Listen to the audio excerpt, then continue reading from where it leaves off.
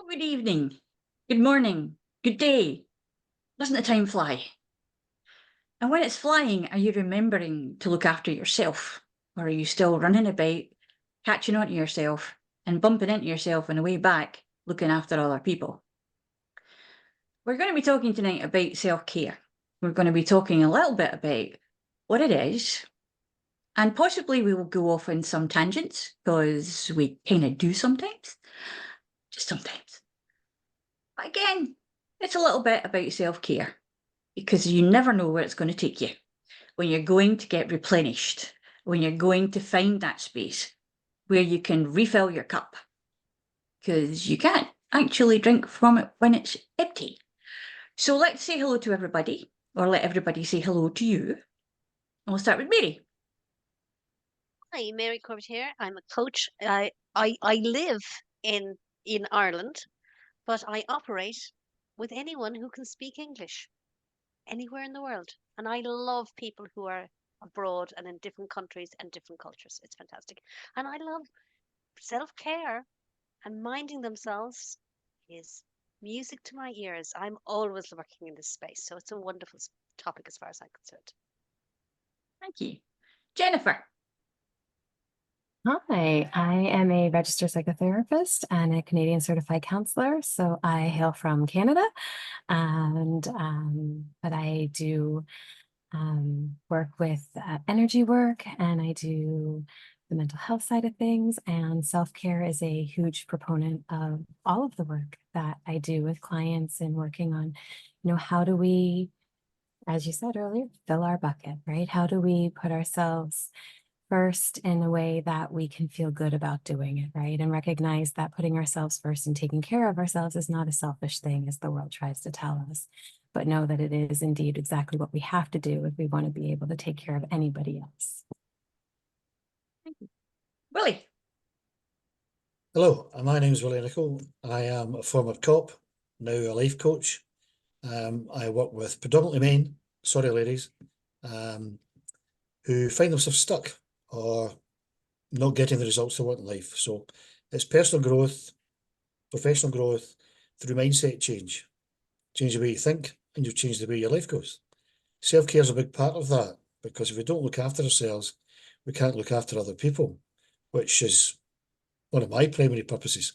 So self-care is very important. Angela. Hi, I'm Angela Day, and I work with people who are feeling a bit scunnered. I love that Scottish word. So people who are not quite where they want to be because they're probably not looking after themselves. They're not putting themselves first. Everybody else is coming first before them. And they've not really taken the time to work out what they actually want from life. So that's one of my kind of sweet spots that I work with, and I use kinesiology and coaching to do that. So yeah. And I'm Leslie Marsh. And I like buckets. I really, really do. Because sometimes they get holes in them and then you have to patch them up. And actually, when I was a very little girl, there was a song about a hole in a bucket and a guy called Henry who didn't know how to fix it. And I think that that's partly the way that things go with self-care here and now. We kind of don't know how to fix it anymore for ourselves. We're so busy trying to fix it for somebody else. So I kind of look at the culture of nurture and nurturing a culture that's holistically there so that it's looking at everything. So when you think about where there's a hole, don't just focus on the hole. Focus on the whole. Isn't English a wonderful language? So, to start off with, what is self-care? Willie? Well, it's kind of like what it says in the tin. It's looking after oneself. Just earlier today, my iPhone had a little ping to say low battery mode, and you've got to charge it. Otherwise, it goes flat and it won't work. And the same thing can happen to us. If we don't pause, take some time for self-care, and metaphorically recharge our batteries, we will end up either not functioning at all or functioning very poorly. And I use the iPhone analogy for quite a lot of things in my coaching, but I think that's a simple way of saying we have to stop, if you like, plug ourselves into whatever recharges us, recharge our batteries and get back to full power. And that's, to me, is one element of self-care. That's very techie, but it actually fits the bill these days, particularly for speaking the language that people are coming to us with, because that's important too, Mary, isn't it? You mentioned language earlier on. I think it is, and I think sometimes it, I would be like, Willie, this idea of the low battery, and taking care of yourself, but sometimes it creeps up on us, and this is the bit that we're not aware our battery is running low. We're so busy reaching out and doing what everybody else needs of us, and been pulled on, that we don't actually take time to recognize that the body is getting tired, that the brain is getting slower, that we're getting frustrated, that we're snapping. My favorite. Or in my case, really, I'm making more sarcastic responses. So when I give when the little digs start coming as my mode of response, I know I definitely have not been looking after my self-care. But what's really interesting is, to me, the key to self-care is always about reflection, reflecting on where we're at, taking time to reflect. And I think if when we talk about self-care, even if we could just get people to reflect on where am I at, I think the world would be just so much better, because they have to be aware of when they're not taking care of themselves before they can actually start trying to do something about it. And I unfortunately think many people aren't aware they're not taking care of themselves. That's very true, and we do have both sides of it. We have the health checks that we can do for things like breast cancer or testicular cancer, etc. And we're encouraging, and we're being encouraged to check it all out and check it all out. But a lot of people don't actually see or hear that. It washes over them. But it also means that it's not being a case of checking in on your mental well-being, your emotional well-being. Isn't that right, Jennifer? Most definitely. We talk about, schedules and busyness and things like that. And it's one thing to wait, when our battery is empty and recharge it. But, how many of us actually put check-ins in our calendar throughout the day? How many of us actually stop and go, where am I at right now? Can I do a quick body scan? Can I feel into where is my energy level at any given moment? Right? Am I able to check in emotionally with myself and see where I'm at any given time? Right? Do we actually do the practices that allow us to even gauge that with ourselves on a regular basis? Right? And so I think that, when it comes to self-care, there is definitely that need to plug in and that need to recharge, but there's a fundamental greater need that we have to look at here is, how do I even know where I'm at any given moment? And how do I learn how to check in with myself? How do I learn what that even means? I've had clients say to me, I hear that all the time, check in with myself. What does that even look like? How do I do that? Right? We say, do a body scan. I do that and I'm exhausted. I don't know what to do with that. How do I let myself stop? How do I say no when I'm a people pleaser? How do I allow myself to, take that step back? Right? So when we look at self-care, on a deeper level, it's the first thing that we really have to do is take that step back and kind of go,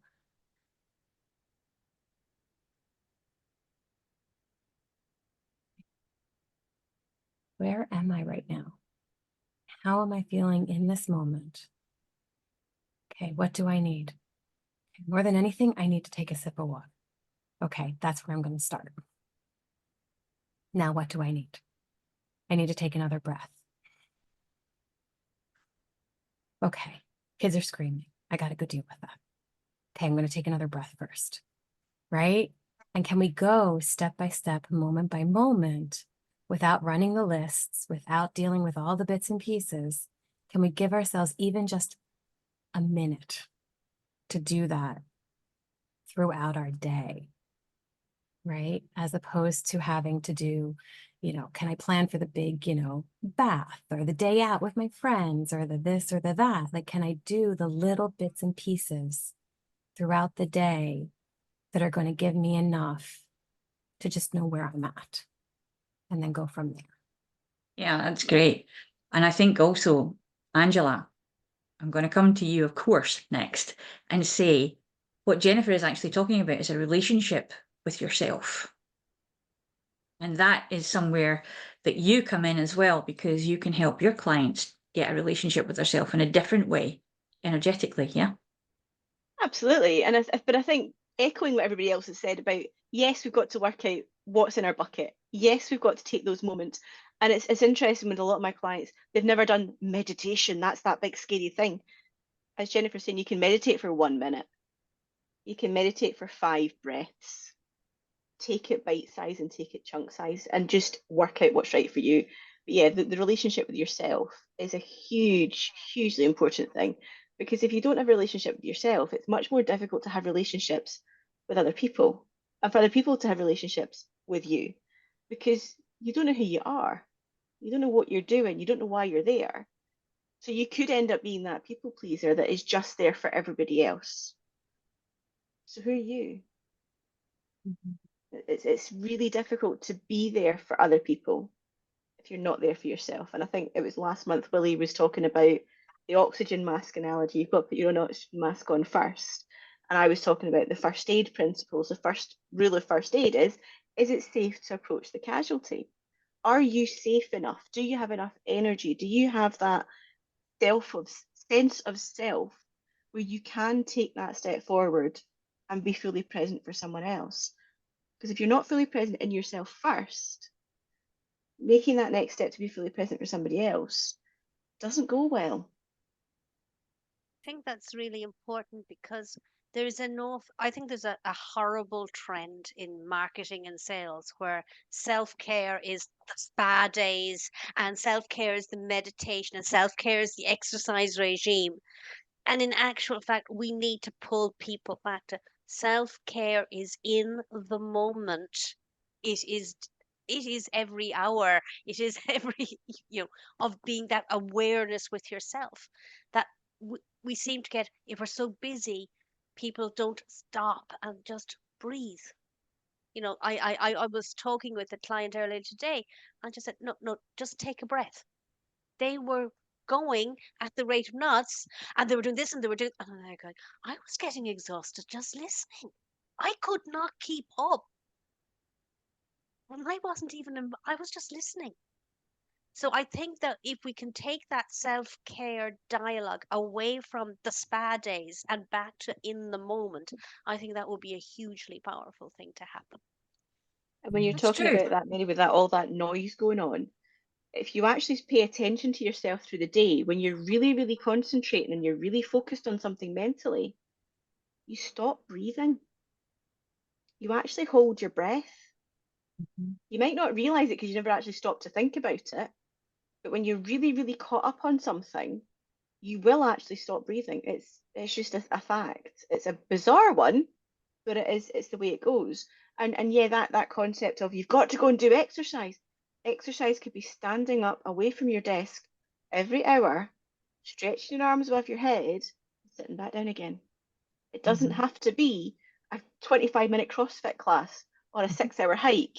It could just be, I'm going to stand up and I'm going to stretch. And by stretching, I'm just doing that and I'm sitting back down again. But changing the state can also help you to change the state of your mind and what's going on there too. It's knowing how to do that, though, and knowing why you're doing that to a certain extent. I was enormously disturbed the other day, and sometimes it doesn't take much, but this was a corker. In a chat room with people who were supposed to know better, someone came up with how do you meditate by focusing on your breath? What does that mean? Excuse me? This is a chat room for people who are already experienced in meditation and energy work. And One of them is asking how everybody else does it when it says focus on the breath. Is it a communication thing? Is it a language thing? Is it perhaps it just that the something- only way they've ever meditated before is a guided meditation where someone's talked them through something, and that in their mind is the only definition of meditation? But usually when you're being guided in the meditation, you're actually being asked to focus on your breath to get you in there in the first place. They're still focusing on the person talking and possibly not being aware that they're focusing on their breath. They're just listening to the instructions and they're Oh, doing what yeah. they're told. I think well, yeah. self-awareness is very important. We talked about self-care, we're not talking about self-awareness. Are we aware of our energy levels? Are we aware of time to stop, time to take a breath, and so on and so forth? I think there are both internal and external pressures which work against self-care. The internal being, I must work hard. I must achieve this. I've got to have this done.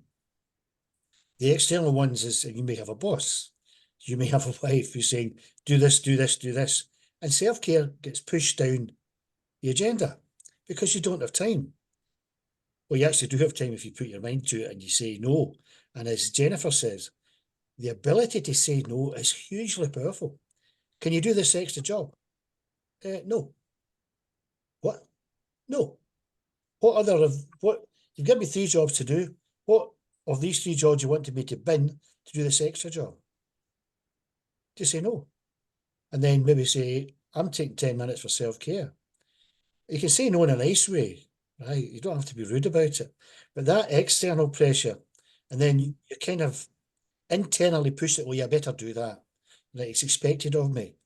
And all of a sudden you've got to bedtime and you haven't taken time out for self-care and you're absolutely exhausted or knackered, as we say in Scotland.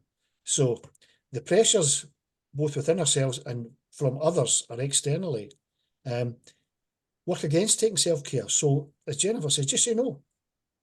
I'm going to take 10 minutes out. I had the misfortune in my last job after retiring from the police where I worked very, very hard and I actually made myself ill and I had to take 2 months off work because my ego got in the way. People saying, do this, do that, do that. And yeah, I can do all this. Forgetting that I was 55 years of age and not 25 years of age. And I didn't take any room for self-care.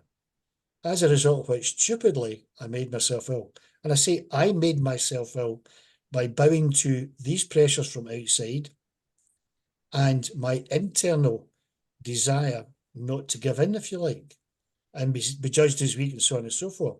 So it's crucially important to be able to say no and also take that time out, as Jennifer says, you know what, I'm having a minute here, or 5 minutes, or stand up and shake your hands about or whatever. Because at the end of the day, you're in control of your self-care, not the people outside, not anyone around about you. You are in control of your self-care. And we can often forget that. There's another aspect of that as well, William, going back to the analogy that you had with the iPhone and the battery loss. Sometimes it can be that your battery you thought was almost full, but you go into an area where it suddenly gets sucked out of the phone, all the energy. And that can happen with us as well. And we don't realize it. We're not actually making the connection or the correlation between that feeling and the person who was just talking to us, or who just visited us, or who keeps bundling stuff on top of us, saying, yeah, you'll do that because you love to do this stuff. And I can't be arsed. I'm going to go over there and go and have a coffee and keep my self-care going. Because basically when this is happening, they're dumping all their stuff on you, and then they feel better and walk away while you feel like, oh, no, what's going on? But you don't really make sometimes we have to be made aware of the fact that there are some people who will suck the battery life right out of you. The energy vampires in our life. And Oh, yeah. yes. Yeah. Always in there And waiting for you to. I think I've done a lot of work with people, who are go into meetings at work, and it's a really common place where you have the energy vampires. The one you'll go into some meetings, you'll come out there, you're going to achieve everything, you're going to do everything. You'll come out of other meetings and go, oh my God, that was definitely an hour of my life I'm never going to get back again. What on earth did I go there for? And I think we have to sometimes what I have found is that if you can get people to identify that type of energy in others, it then gets easier for them to see it in themselves. So what do I do that feeds energy? What do I do that drains my energy? But it sometimes finds it's like we're here talking about having reflection, but sometimes people have to learn that skill. And it's easier to learn the skill by observing others, I find. And then they learn, oh, that's what that's, oh, yeah. And then they may start making the connection. So I think there's a huge job of work. And I also feel that if we could get the kids to recognize it, we'll build a bunch of people who will actually take on the world in a very different way than we were taught. Because we were just taught to get on with the job and you don't say how you feel. Mm. You just keep going. You have to stay working. You have to keep busy. You know, if you're offered overtime, you should always do it. It creates an entire culture where it just doesn't, you're on a treadmill and you don't have time. So I think paying attention to it, sometimes we have to go around the houses before we can actually get people are able to do it for themselves. They may need to see it in others first. I think that importantly as well is the replenishing aspect of it. Because if you try to use your battery up, charge your battery up, and then like 5 minutes afterwards you take it off and then go and do something, then you have to try and do it again. It actually is not good for that system. And neither is sitting down with a cup of tea or something like that, putting your feet up for 5 minutes or just taking a breath. And somebody comes in and says, oh, I need you now.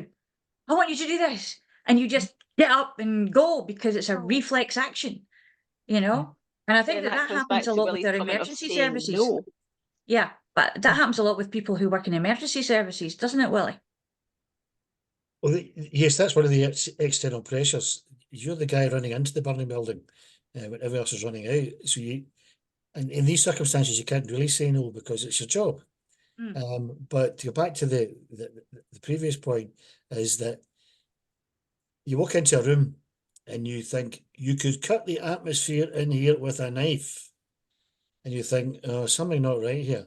And I watched a bit of a video with the CEO guy, Steve Bartlett, who was interviewing a neuroscientist, a medical, who's also a medical doctor, who says that our stress levels increase cortisol production, and that cortisol can actually seep outside your skin through your pores. Yeah. I was absolutely gobsmacked with this. So if you walk into a room and stand beside somebody who's highly stressed, their cortisol is going to seep into you, and all of a sudden you're stressed. You think, how on earth did that happen?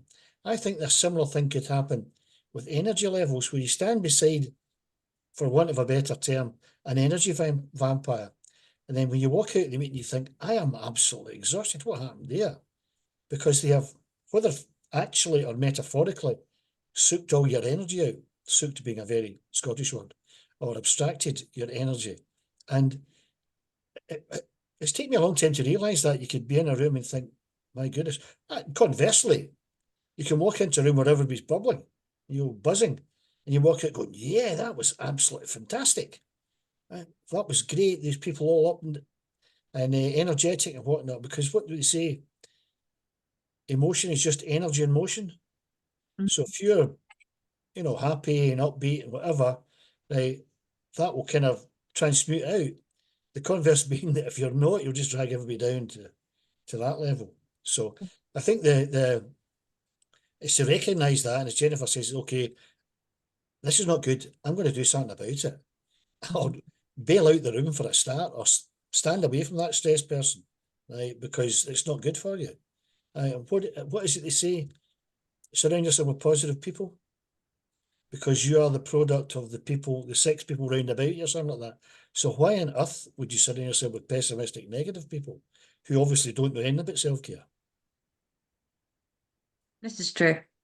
It's also a case of the psychological aspect that runs in with the cortisol loading when it starts to drift around a room, particularly, people don't realize that it's there for a reason. And of course, that's how we end up getting really, really tired, to the extent that we get so tired, like when we were 2, you get so tired, you just won't stop doing anything and you just keep running on empty. And it's one of those things that we've found now, that this aspect of sleep procrastination, because there's just not enough hours in the day. So we as therapists have to look at so many different aspects of what someone is coming in with, because it actually is something that they've built like a Jenga thing, and we're just trying to take it out without making the stack fall down completely. But sometimes it does take the falling down completely for it to actually get into their heads or into their hearts, into their souls, that they have a responsibility. We all have responsibility for ourselves. And saying no is not a nasty thing. Mary. I think there's another piece that's been coming up while you were talking, and that is this. I've come across lots of people who would, I have to do the gym, and they get so dedicated to doing the gym, but in actual fact, if they just went for a 10-minute walk, it probably would have actually done them more good.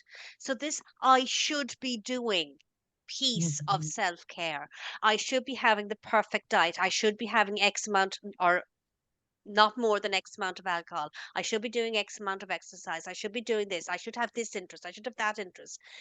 The amount of shoulds that are being put onto self-care, and people are buying into it, and they're doing they're doing all the right things, but they're not actually getting any real self-care. It's almost like they're punishing themselves and they're doing all the right things, but not really getting the benefits. It's like, so for some students as well, they have to do a lot of extracurricular stuff in order to get into colleges and universities. They want to see that you're doing this, and you're doing that, and you're doing the other. And yeah, they're going to be stressed out enough and not able to do those things once they get into university. So what's the point? Is it just to see that they're social, that they can adapt to different situations? What's the point in having to fill your CV to go into a school with a whole load of stuff that perhaps you didn't really want to do, but you're so stressed about it, you kind of have to? I'm going to disagree on that one. I think Mhm. time's a construct. Yeah. There's always enough time. You just need to work out what you're going to do. Yeah, you might have to do the Jenga exercise, but people are time poor and people are time rich. But actually, what you find is the people that are time rich, they're doing probably more than the people that are time poor. It's just their attitude to it. And it's about focusing on what you want to do. So yes, when I was a school kid, I had a different after school activity every night of the week.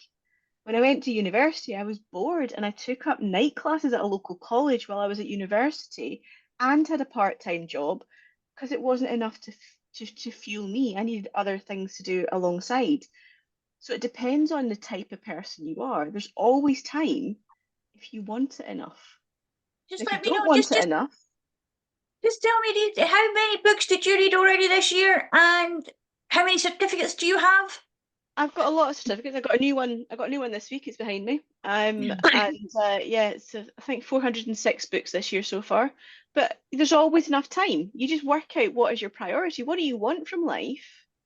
And it might sound really flippant. And if you are in a time poor situation, you're really struggling, it might seem like there's no option and there's no way around it. But it's about learning some strategies and working through what are your priorities? Where can you squeeze in different things? Where can you do something differently? And What do can you you let really need to go do of? everything you're doing? Yeah. What can you put down? What can you get someone else to help with? If you're not the only person in your household, who else can help? Yeah. But I think that we don't always recognize that we should ourselves so much, right? And all of these things that have to get done, or all of these things that we should be doing to ourselves, to the point that, nothing becomes what actually brings us joy, what really lights us up. Now, all of the things that could be self-care, right, are now all chores, just like everything else. And instead of filling us up, they're draining us. Right? And that's kind of the point with you, because basically it gives you joy to do that, to read like that, to make certificates like that. That gives you joy. Whereas many people would see that as a stressor. But that's the point, that you choose what's right for you, and exactly what Jennifer's saying. People are doing a lot of these self-care exercises and activities because they've been told they should. They've not actually sat down and worked out what is going to work for me for self-care. I might absolutely detest lying in a bathtub. What's really good for me is to go for a cycle. What's really good for me is to sit in a pub somewhere with a friend and have a conversation. What's good for me is to sit and crochet or knit, but it might not be right for somebody else. And it's taking that moment. So back to your original question to me about the relationship with yourself, taking a moment to work out, who are you? What makes you tick? And what gives you that joy? What is it that's going to replenish you? So for me, it might be sitting on the sofa reading a book, or it might be going to a training course so I can get another certificate. So I feel as if I've got, another certificate. That's not why I do the training. I do the training because I love to learn. I read because I love to learn. There's no more to it than that. And I've had people say to me, oh, that's imposter phenomenon that you're doing all this training. It's not. It's because I just enjoy it. My comment earlier on, I was at university studying a full-time degree, doing night classes at a local college because I wanted to learn more stuff.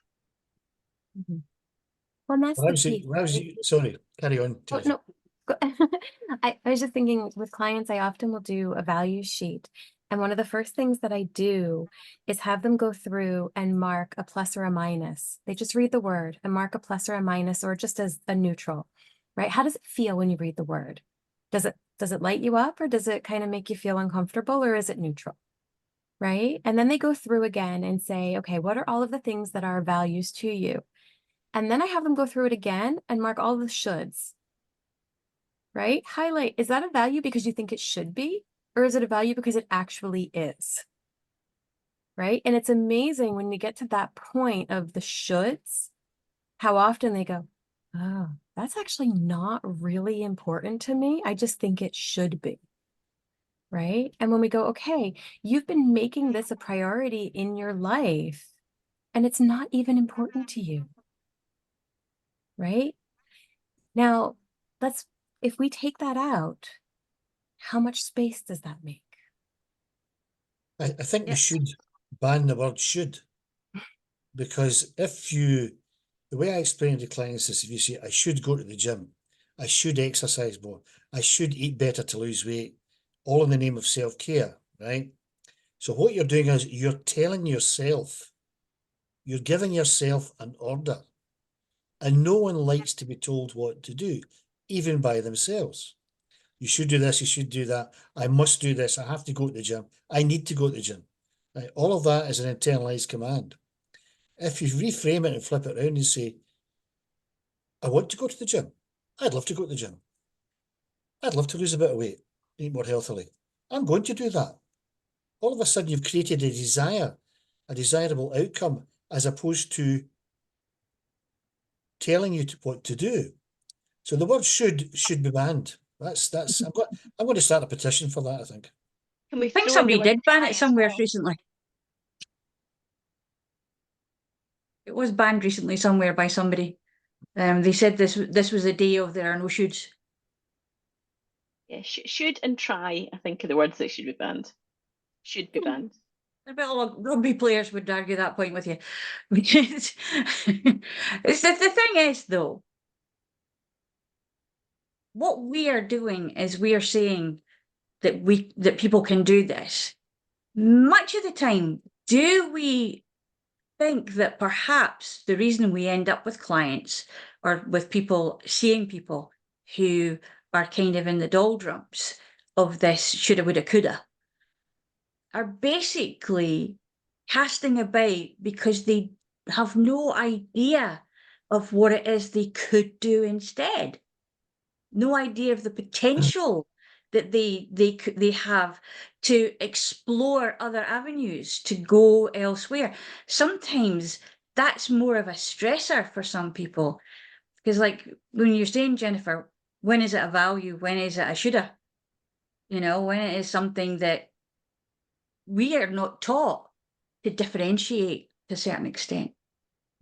I want to go back to that for just a second, though, because when you guys were talking about like the cortisol and picking up things from other people, and on an energetic level, we do that all of the time.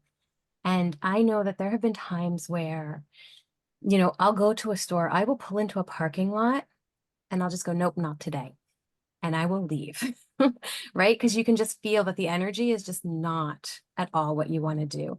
And I've talked to clients before, you know, have you ever had that experience where you go in and you're like, okay, I'm fine, and you're shopping, and all of a sudden you're angry. Now the cereal did nothing to you, but you are angry. And you're like, oh, and then you get into another aisle and you're like, I'm a little sad right now. Okay, all right, peanut butter. I don't know what's wrong with you, but I'm gonna put you in my cart. All right. And then you get into the next aisle and you're like, okay, I'm all right again. Okay, I'm fine.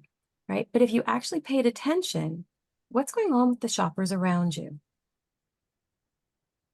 What are you picking up on energetically from those around you? Right? Because we pick up on the energy of the people that are around us. And if we can take a minute and take a step back, and this is again that piece of checking in, we can begin to also recognize when things aren't ours, right? And this is really crucial when it comes to self-care. Because if we can recognize what's not ours, we don't have to carry it. We can let it go. And we don't have to worry about fixing it, giving ourselves a narrative for it, trying to, you know, take care of it. And we don't have to should ourselves about it. Because this is the other piece. Well, I did it before. Why can't I do it now? I should be able to handle it. Why can't I handle it now? But we have no idea what we've just picked up and what we're carrying around with us that's not even ours. That's stopping us from being able to handle a situation, right? Maybe I didn't get enough sleep. Maybe I don't feel good today. Maybe I just walked into a room of a whole bunch of people who were putting out a whole lot of sad and I picked that up and I'm just feeling it right now, right? And I need to work on checking in with me and going, okay, this isn't mine, right? What can I do to bring me some joy again, to release all of that, you know, negative meeting stuff or the energy vampire stuff or whatever it is? What can I do to release that, to bring me back to where I was before I went into that, right? To then carry on. So basically, it's grounding ourselves again, Yeah. getting And grounded. that's that self-care piece, right? Is that check-in. I think Plant a taking tree. that a little bit further as well is you were talking about the values and that list of the shoulds. Who have they come from? Where are those expectations coming from? Which parent, which teacher, which grown-up, which sibling, which past relationship has put this attitude, expectation, impression on us that we need to do this, or we should do this, or life isn't proper unless you've done X, Y, and Z.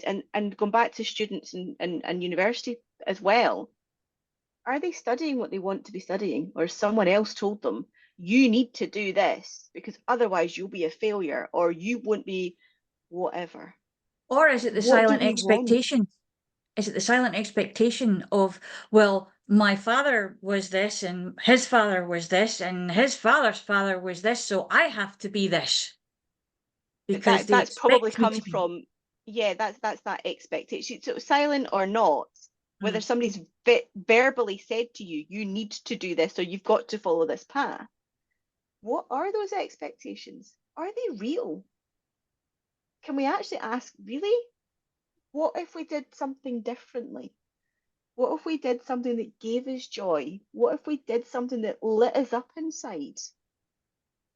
Even if it's not going to make us £1 million or $1 million or whatever, is that our driver? Because it might not even be the driver. And a lot of us are coaches and therapists and anyone watching this as well. If you've seen all these different marketing tools, become a 6-figure coach, become a 7-figure whatever, that might not be the end game. The end game might be connection, joy, fun. Yeah, okay, you need to pay your bills, but it doesn't need to be 7 figures.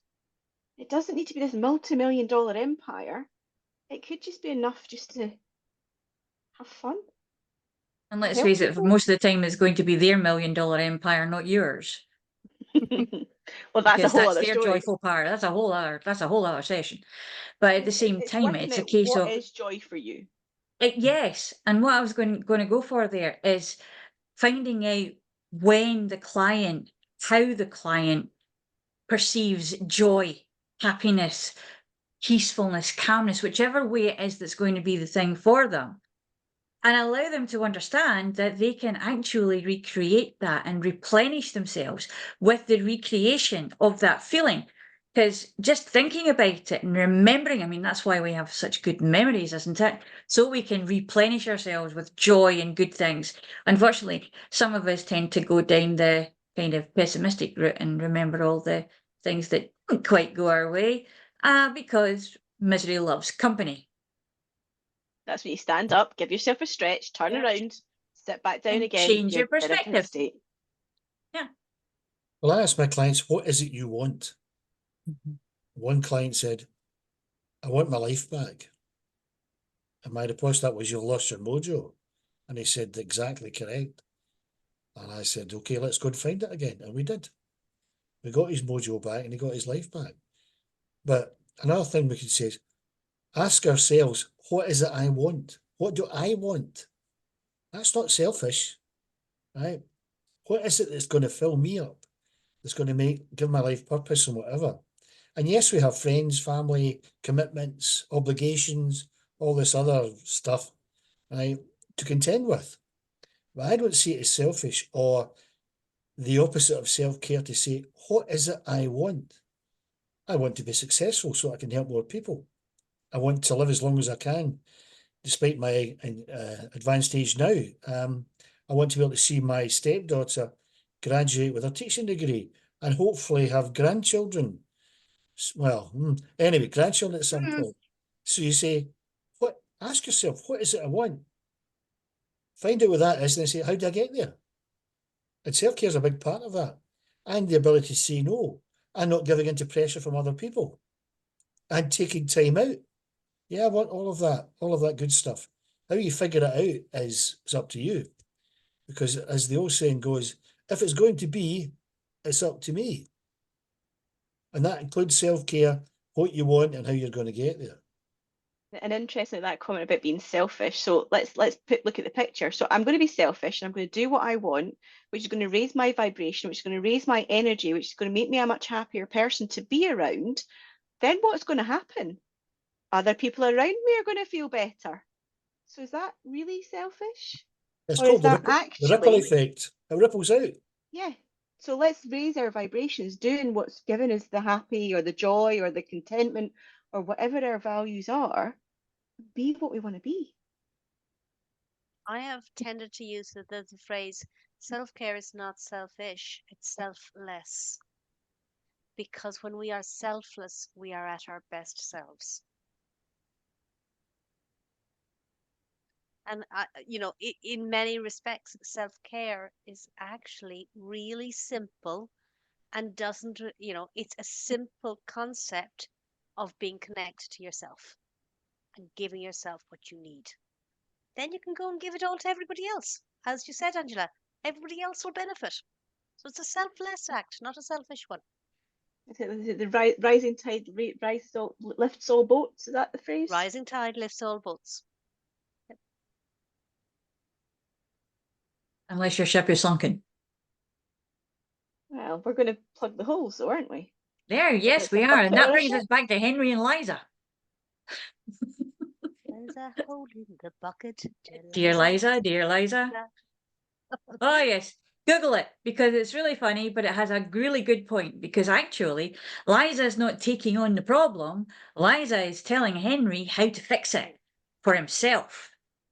She is not being selfish. She is being selfless because she's giving him the knowledge that he can actually get off his bum, pick up a bucket with a hole in it, and fix it.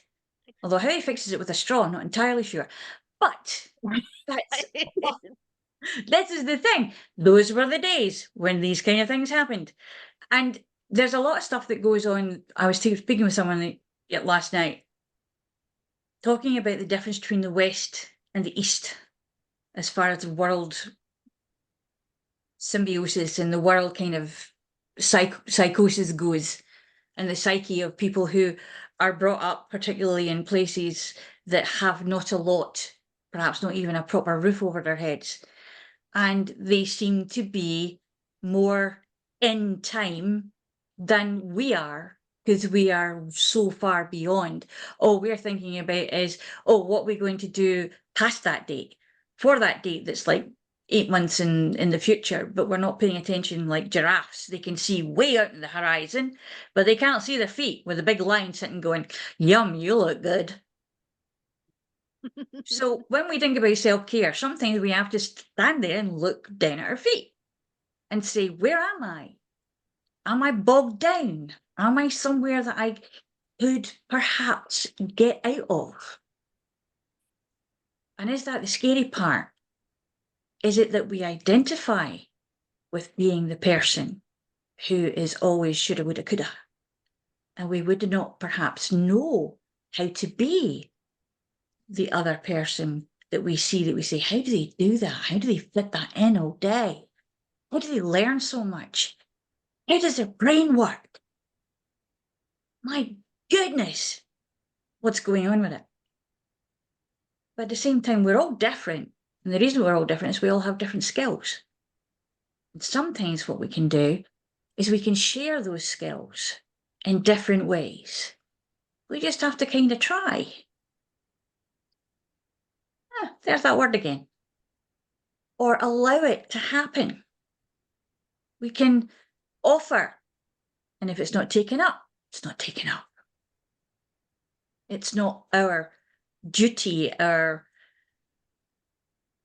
purpose in life to take everybody's bundles of problems and hold them into ourselves.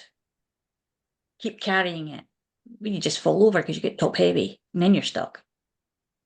But thinking about replenishing is about putting the bundle down. It's like Willie said, it's about choosing. And Angela said it too. I think we all said it in some ways. We are who we choose to be. We are what we choose to be. We just have to realize sometimes that we have the choice. So I hope that this has been a nice one and given you some ideas of what to look for. And I mean it, please do go and look up for Liza and Henry. It's good fun, but it does teach a lesson. It was on a junior program kids thing, radio, years ago. Too many to count. So we'll see you next time. And cheerio.